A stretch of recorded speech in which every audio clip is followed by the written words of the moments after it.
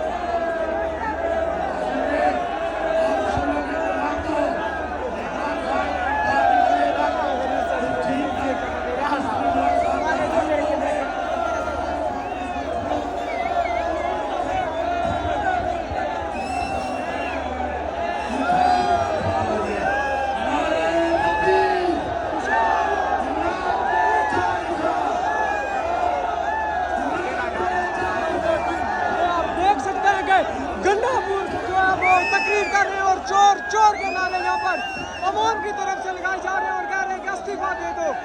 ये आप देख सकते हैं गंडापुर इस वक्त स्टेज पर मौजूद है और तकरीर कर रहे हैं और अब पंडाल में मौजूद तमाम कारकुन ये नारा लगा रहे हैं चोर चोर चोर गंडापुर को कह रहे हैं। ये आप अवाम को देख सकते हैं, छापा मारता हुआ अवाम का समंदर इस वक्त गंडापुर को गालियां लगा रहे हैं। दफा हो जाओ, तुम्हारे 90 डेज पूरे हो गए और गंडापुर स्टेज छोड़कर चले गए।